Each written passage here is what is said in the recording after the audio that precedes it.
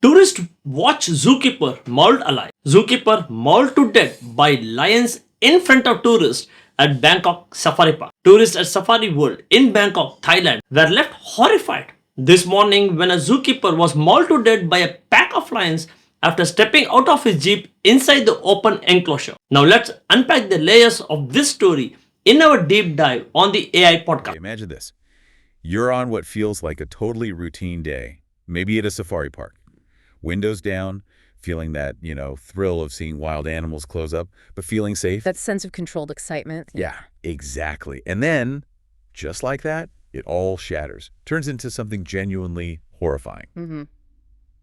So today we're doing a deep dive into exactly that, the brutal dangers when humans and really powerful predators end up sharing the same space, especially in places like zoos, safari parks, these managed environments. Right. Managed, but maybe not always as controlled as we think. Precisely. We're going to unpack two recent, really tragic incidents that just hammer home how volatile these interactions can be, how unpredictable. Yeah, these stories really hit hard. They do. So our source material today, it's mainly recent news reports. Specifically, we've got excerpts from an article about a zookeeper's fatal encounter with lions. This was at a Thai safari park. And there's another one too, right? Involving a tigress. Yes, exactly. A tragically similar story. So our mission, really, for you listening, is to go past the headlines. We want to pull out the key details, try to understand the specific situations that led to these awful events. And maybe what they tell us more broadly. Yeah, what do these tragedies actually reveal? About safety, obviously, but also about the nature of wild animals themselves and our pretty complex relationship with them. It can be perilous, clearly. We're looking for those moments that make you think, right? Connecting these specific events to bigger insights, maybe some uncomfortable ones. Definitely uncomfortable. Okay. Because I think these aren't just freak accidents, are they? No, I don't think so. They really highlight this fundamental tension, Our desire to be close to the wild versus the unchangeable reality of untamed power. And how our own biases, maybe our need for comfort, affects how we see the danger. Absolutely. How we perceive risk is a huge part of this. Okay, so let's start with the first one. Let's picture Safari World in Bangkok, Thailand. Popular place, lots of tourists, people wanting that up-close animal experience. A typical day, there would be busy, families, photos, that sort of thing. Right, but then around 11 a.m. one day, that whole atmosphere just dissolves.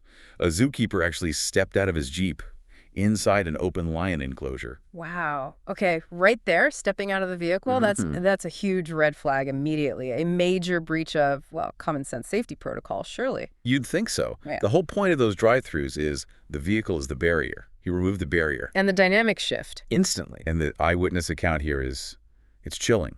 Yeah. But it also gives us this incredible insight into how people perceive things in these moments. Professor Tavachai Kanchanran, he was a visiting doctor. He saw it unfold. What did he describe? He saw a lion, maybe 10 meters off, just slowly walking towards the zookeeper after he got out of the car. But, and this is the really crucial bit, his first thought, his initial reaction was that it was, quote, part of some routine, as if the lions were playing or hugging him. Oh, wow. Playing or hugging, that's powerful. Isn't it? That initial confusion, that misinterpretation is something so deadly. Well, it speaks volumes, doesn't it? It's almost like cognitive dissonance in action. Your belief is this place is safe, it's controlled, and then reality just crashes into that belief. Yeah. So you try to make sense of it, maybe by projecting human stuff like playfulness onto the animal's actions, trying to find that comfort, even when faced with pure wild danger. Exactly. And that perception, it shifted horrifyingly fast. He realized it was, quote, a real attack. He saw the lion grab the keeper from behind, pull him down, biting. And it wasn't just one lion. No. Yeah. Then he said 3 or 4 other lions then joined in. Just awful. And he mentioned the feeling of helplessness. Loads of people saw it, but didn't know how to help. The speed of a pack attack like that, it's overwhelming. That collective instinct just takes over. Once one attacks, the others join. That's ingrained. Primal. Yeah, absolutely primal. No amount of captivity changes that fundamental nature. And the power. One bite can be devastating, let alone several lions. It's hard to even imagine. And the attack, it lasted for nearly 15 minutes.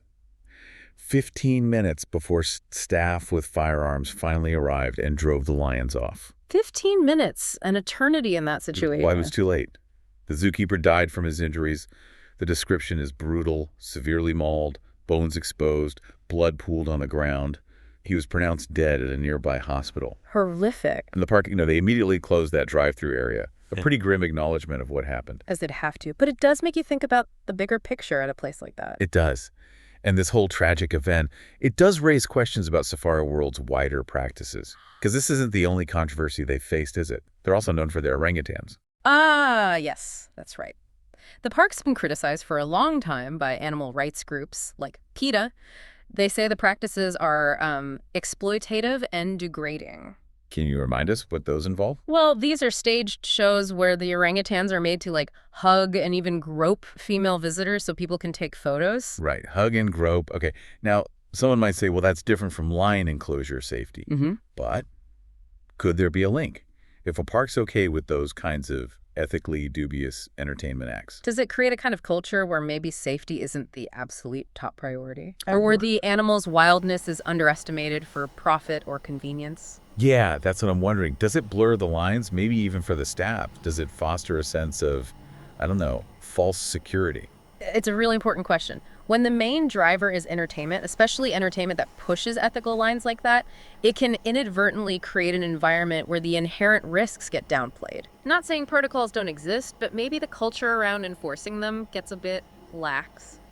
The distinction between tame and wild gets fuzzy. It could lead to less vigilance. A potential underestimation of just how dangerous these animals always are, fundamentally. Exactly. A tricky balance where money, entertainment, safety, and animal welfare are all bumping up against each other. And tragically, what happened at Safari World, it wasn't a one-off that year in terms of these dangers. Just a few months before, back in April, there was another fatal incident. Different place, different animal, but depressingly similar outcome. Yeah, this was at Mariupol Zoo in Russian-occupied Ukraine. Another zookeeper, Alexei Melnikov. And again, it seems human decision-making played a critical role. It does. In this case, Melnikov was mauled to death by Lucy, a rare white Bengal tigress. And the key mistake here, it wasn't an escape, was it? No. Apparently, he mistakenly believed the tigers had been secured in another cage before he entered the enclosure. He thought it was safe to go in. Oh man, just a miscalculation about where the animal was. Exactly, and the consequence was instant. The report says the tigress attacked instantly, killing him on the spot. So this really highlights the human element in safety protocols, doesn't it? Absolutely. You can have all the procedures in the world, but human error, maybe complacency, maybe miscommunication, maybe just a moment's lapse in concentration that can open the door to tragedy. It shows the protocols are only as good as the person following them, I suppose. Precisely. And the speed attacked instantly. It underscores the sheer power. There's often no warning, no second chance when dealing with animals like tigers. Terrifying. And there was another zookeeper there too, wasn't there? Almost. Yes. Galina Zamarkina. She narrowly escaped death. Her account is harrowing. What did she say happened? She said, "I heard a scream. I somehow managed to close the cage in time because the tigress was looking at me. I don't know how I managed to shut it." Wow. Just instinct kicking in, probably. Yeah. That split second saved her life. The tigress was looking right at her. It perfectly illustrates that razor-thin margin, doesn't it, between life and death. And the psychological pressure on keepers must be immense. Yeah. The tigress attacks Melnikov, then immediately locks on to the next potential threat. It's not malice, it's just instinct. Her ability to react under that extreme stress, to slam that cage door shut. Yeah. It's incredible. It really emphasizes the constant vigilance needed. Every single step, every latch has to be deliberate. Because the consequences of one mistake are so absolute, so final. So looking at both these incidents, the lions in Bangkok, the tigress in Mariupol, the common thread seems pretty clear. Yeah, they both just starkly highlight the extreme dangers of working so close to powerful predators. And they definitely raise fresh questions, don't they, about safety measures in zoos and parks. What safeguards are enough? Can they ever be truly foolproof? Well, that's the core issue. Where does human error fit in? And crucially, where does simple animal instinct override everything else? Because despite all the precautions, these animals are still wild. Even born in captivity. Even born in captivity, yeah. They retain those fundamental instincts, that incredible power that makes them inherently unpredictable to some degree. Always that variable you can't fully control. Exactly. And that unpredictability combined with the possibility of human mistakes. That's the constant challenge these places face. So, for you listening, what really jumps out here, thinking about that balance these places try to strike, it's got huge implications, obviously, for human safety, but also for the welfare of the animals themselves. How do we responsibly handle environments that contain such, magnificent but ultimately untamed power? Kind of forces you to face the fact that while we can manage them, study them, we can't truly tame them. No, you can't erase that wildness or completely eliminate the risks. And the mental toll on the people working with them day in, day out, that constant need for vigilance, it must be enormous. It's walking a tightrope, isn't it? Where the stakes are literally life and death. One tiny slip. Yeah. It makes you question the whole philosophy sometimes. It does. How we interact with and display these incredible creatures. Right. So that kind of brings us towards the end of this deep dive.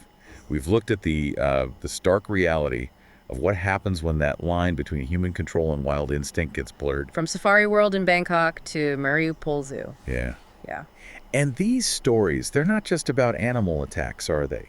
They're about how we perceive things, the pressures these places are under, and just the raw, untamed power of nature. Definitely layers to it. So maybe a final thought to leave you with. Given how unpredictable, how immensely powerful these creatures are, what does it really mean to ensure safety and ethical treatment when they're in captivity?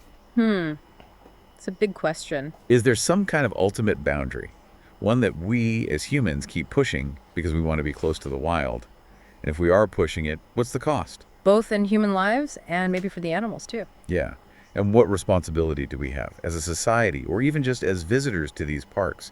How should we engage with these environments? Lots to think about there. Definitely something to chew on long after this deep dive is over. One question for you. Should attractions like Safari World, which already face criticism from animal rights groups, be shut down after repeated fatal incidents? Don't forget to comment it. Thanks.